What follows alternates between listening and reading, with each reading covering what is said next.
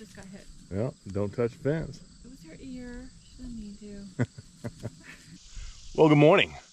I've been keeping the small goats across the field right over there in a little run of fencing, and I need to move that because they've pretty much eaten most of the good stuff that's in there. In order to move it, I've got to run the mower around and cut down some of the grass because I've got about a foot long grass that's surrounding some brush and weeds I want to put them in. Problem is, I jumped on the Ventrac last week to go do that, and something's wrong with the mower.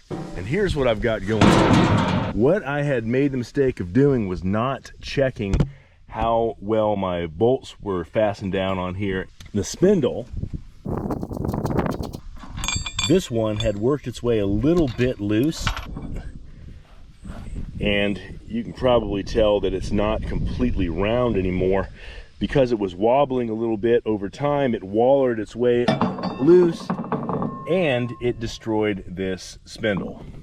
The shaft on this spindle is shot. This little piece got worked over so much that it opened that hole up. Bottom line is, I needed a new spindle. Called Monday morning, they didn't have it in stock. They had to order it for me. $250 later, I've got a new spindle, I've got a new pulley. I've got to put that back together so I can get back down here and cut this stuff. And it's already getting hot today. It's only supposed to get up to about 86 degrees, a nice break from the 95 stuff we've been having, but still a little warmer than I'd like. Kind of wish I had moved this thing down inside the goat barn and done my work there, but we're just going to get it done here as fast as we can.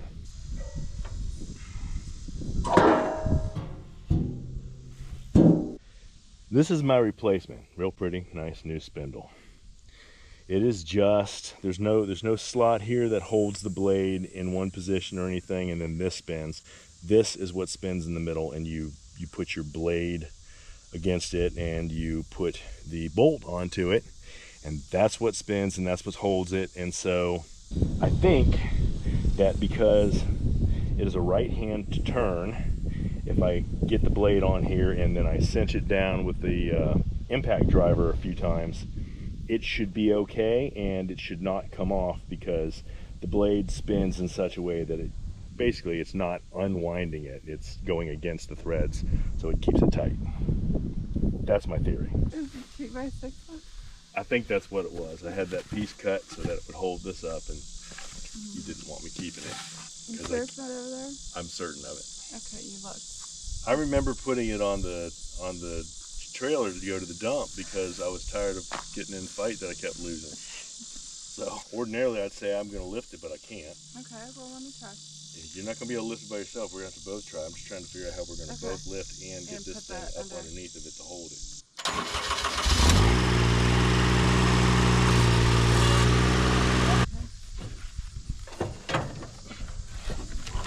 Okay. Let's see if that works. Is that working? Kind of. Pull that in. Okay, so. And this one's... Alright, that seems like it'll work. Okay.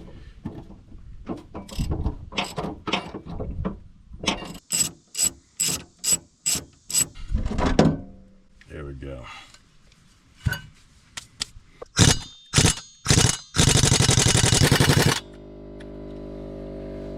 Look at this thing, make sure it's going the right way. Am I turning it the right direction?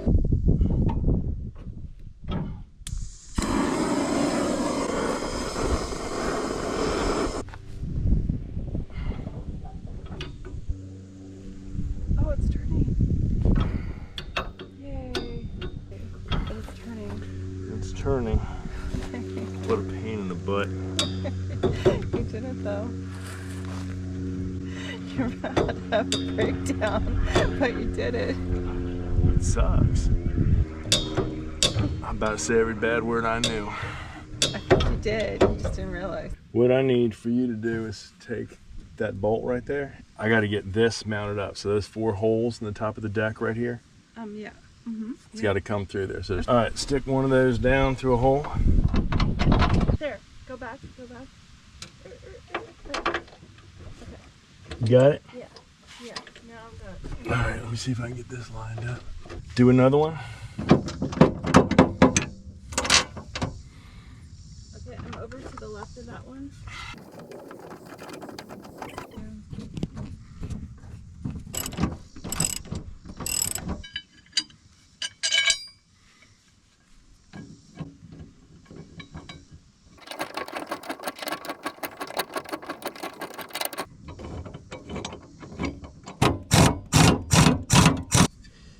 Goes on here.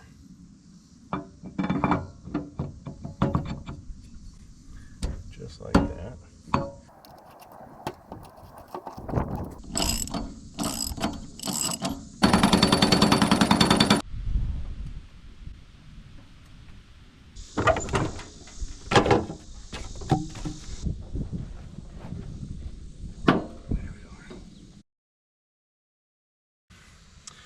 That is how it goes on, I believe. Come on, Hop. Let's go. Come on, buddy. Jump on out. You don't want to get up on the seat. You should do it from the floor. Come on. Come on. Get down here on the floor. There you go. There you go. Good boy. Well, yesterday I worked on the mower so that I could come out here and cut a path around here through this brush, because there's some heavy brome grass and some blackberry, a little bit of lespedeza, and a lot of brush that I want the goats to get into and start eating. It does a couple things. One, it feeds the goats, and the other one is it manages the brush. The way that looks right there is the way that looks right there about a month and a half ago. It took them a little longer because the weather has been so hot. It's been 95 plus, and for most of it, they just laid underneath the shelter over there and dodged the heat until the heat started to go down behind the mountain. So now that we've gotten it looking like this, I'm gonna go ahead and move them. I'm gonna come in here with the mower, hit that, push some of that stuff down, take a chainsaw to it. And in a month or so, I'm coming up here with the excavator, and I'm gonna start digging out some of these roots and some of these clumps of dirt to smooth this little, it's not really a valley, but this little draw, smooth it out so we can make better use of it. And Hopper's down here with me because it's time for him to start getting used to going around where we're doing work. Because of his health when we first got him, and because of the heat, he's been spending most of his time inside the house. We let him out during the day, but when it's hot, he's pretty quick to try and get back inside and lay down on that cool cement floor. Now, I need to start winding up some of this line right here. It's pretty rudimentary what we've done over here. We've just got some pigtails with some extra insulators on them, and I got 4 strands of hot wire on. This is poly wire. It's got 9 strands of metal in it, so it works pretty good. I know because I've touched it, and it'll lay into you pretty hard. Hopper's probably going back to the house, and that's okay. The other dogs are out, he'll hang out with them, but I've got to get him into the habit of getting into the truck and going with me on the farm somewhere if I'm doing something with the goats. But it's little baby steps. You got to get him used to moving around with you and being with you while you work. And his time to live in the house is coming to a quick end. He's going to be out in the barn before long.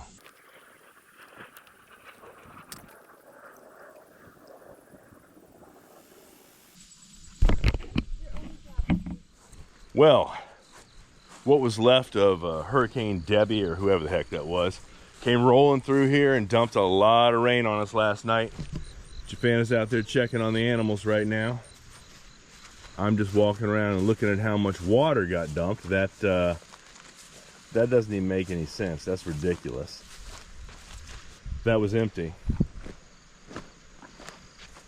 And that was empty.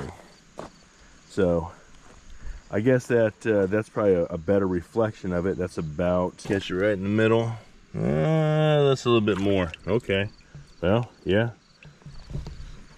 A lot of water came out of the sky in the last 24 hours. Well, I came out here to check on storm damage and see how everything was. And you can see everything washed down the mountain into my pond. So I'm not really sure what to make of that.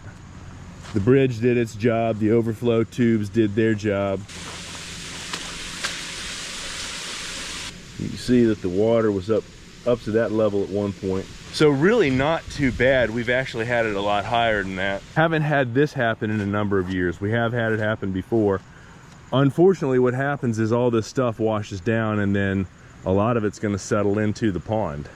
I will probably be down here later today, just raking out as much of this stuff as I can and dumping it over here, and we'll take it away and put it somewhere else. But over the course of years, eventually that's going to fill the pond up, and you know, that might be 10 years out before we have to do something about it. The positive part is that I don't see where it crested. We have had storms in the past that had such a volume of rain that over here on the lower section of the bridge, it actually came across. And when that happens, you get very turbulent water going down the hill, and it started some erosion that took quite a bit of work to get patched back up. Rain stopped yesterday at about 10, 11 o'clock. Things have dried out here. I'm gonna have a lot of work to do this weekend. We've definitely got to do some work on the pond. We got to fix our driveway. Jafana came over this morning and she moved the girls out of here. So those boys and those girls have been together for almost 2 months now. We wanted to make sure they all got bred. I'm talking about the 4 older commercial does that we have. They're Kiko boar mix. The point of that is 2 things. First off, we're raising meat goats. Meat is meat, and it doesn't have to be purebred to be meat. And we also need mouths and we need butts. We need mouths to get around here and help manage this stuff. And this is the last area that I put them in. But they made a tremendous amount of difference in that. And they were probably in there 3 to 4 weeks, probably closer to 3. Really, really chewed that stuff down. Got in the Lespedeza. And that was a whole bunch of Lespedeza right there. And they really liked that. That was the first thing they went for. This area has had a little bit of time to recover. And this area has had the most time to recover from them. So what I'm fixing to do right now is try and get this fence moved. And unfortunately, I've got it all woven together like a spider web because we kept adding on to it. But I want to get it moved so that I can get these 2 boys back over into this area right here, because there's a lot of different stuff right here that they can eat. It's good for their system.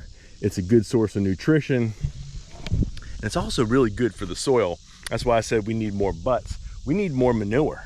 Manure is absolute gold when you're trying to take land that isn't of high quality and make it good farmland. And that's what we're trying to do right here. We're trying to turn this into really good quality pasture for these animals. And that's why we're moving them around from spot to spot so that they get on it really intensely and they chew it down, and then we get them off of it and give it time to rest and have it regenerate, and all that manure that they drop while they're in there eating, that gets into the soil and enriches it. And that's probably the single best thing that we can do for any of this soil. Eventually, they're gonna be over on that hill right there, but I just don't have the time and the money right now to build the infrastructure necessary. I need some permanent fencing over there to contain them so that we don't have a problem, because we have a lot of bears and a lot of coyotes, and the further they are from the rest of the goats and the dogs, then the more trouble we're likely to have. And eventually there's probably going to be a dog that hangs out with them.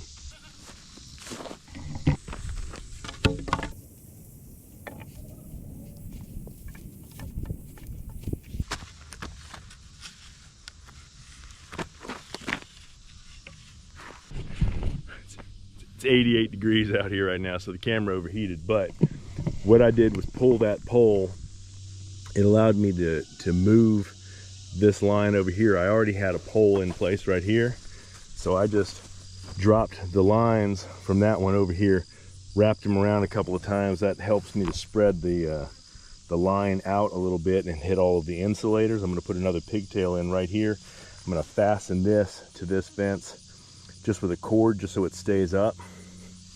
But aside from that, what that does is it gives me access to this field, and I think this is probably enough to keep them going for it'll be at least 2-3 weeks before they exhaust all of this, because it's just 2 goats now. It's just the bucks, and quite frankly, the bucks don't go after this stuff as much as the does do. I was surprised. Now maybe that was just because they were new here, but maybe we'll see a little bit of a difference in that.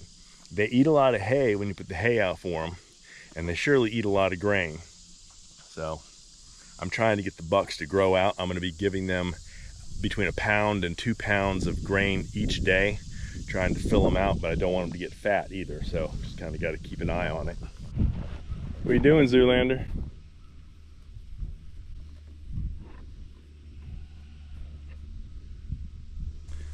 So even if you have a little tray that the hay falls onto, thinking, oh, well, they'll be able to eat off of that, well, you can see he's standing on it and pooping on it. So they're not going to eat that. They're very funny to look at. You watch.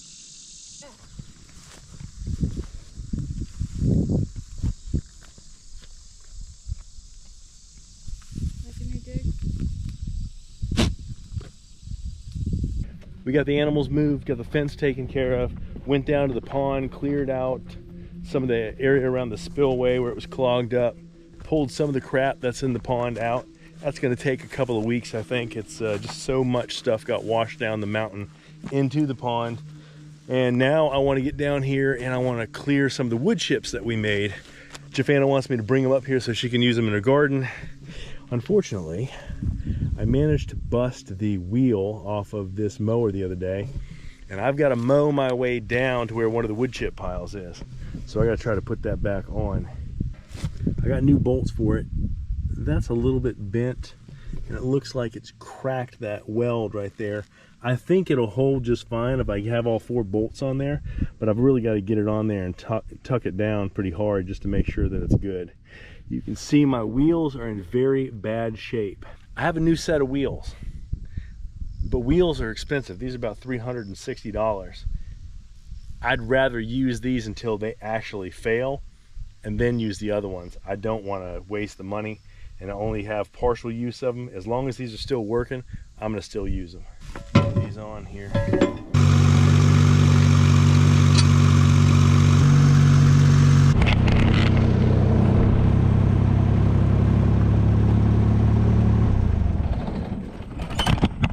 I'm in an area of the property that I call the back field. I was back here yesterday, I broke a little something, I had to put a weld on it. I'm a terrible welder, I know what it is. I need to take a class. I'm doing the best I can. If it holds, that's great. If it doesn't hold, I'll weld it again. Sooner or later, I'll get it right. Every time I do it, I get a little bit more experience, I read up on it, but I got like 30,000 other things happening in my life that prevent me from becoming a really good welder. Someday, I will take a class. I was back here clearing out some trails yesterday. Hunting season's coming up. I wanted to get the trails cleared out, but also I really want to clear all this. That's one of the plans we have, is to cut some areas that we encircle with fence, bring the goats over here, have them over here during the day, and while they're over here on a weekend, we're going to be over here pulling some stumps out, clearing some areas, and expanding what we've got to work with. I've come through here the last 3 years and cut, and every time I cut it down, it's a Herculean effort to get it done, and then I've got to go back to the house build. Well, we live in the house now. There's still work to be done on the house, but being over here, living here, that means I can devote more frequent time to this, and if I get it into a manageable state, it shouldn't be that difficult for me to come over here and keep it down, especially if I've got animals working it. Once I've got about 30 goats running, I can put them over here in segmented areas and they can work the field and keep it maintained, and really all I've got to do is come out and make sure that no mountain laurel or anything like that is popping up, anything that's going to cause problems and poison my goats. So today my plan is to get in here and see what I can get done, and I'm going to try to come back to this same spot later today just to show everybody what it looks like around me and see if I actually got anything done.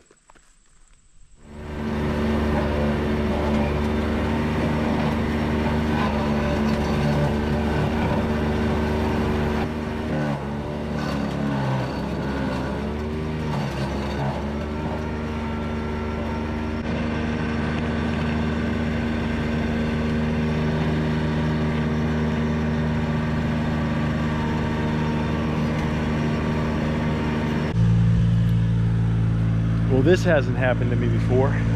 I am missing a blade. I have no idea where it came off, but I gotta find it. And I gotta find the nut and the adapter that holds the blade on. There's a blade right there, and that's held on by a bolt. So basically that bolt snapped, came right off. That's a new spindle. Not having a good day.